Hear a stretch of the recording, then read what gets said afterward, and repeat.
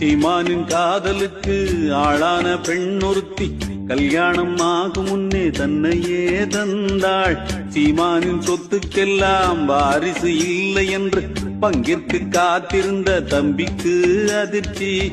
அண்ணனின் உறவை அழித்திட துணிந்தான். சகுனியை போல் ஒரு சதி செய்தான். உண்மையை அறிந்த கன்னியும் உடனே கருவினை காத்திட துணிந்தாளே.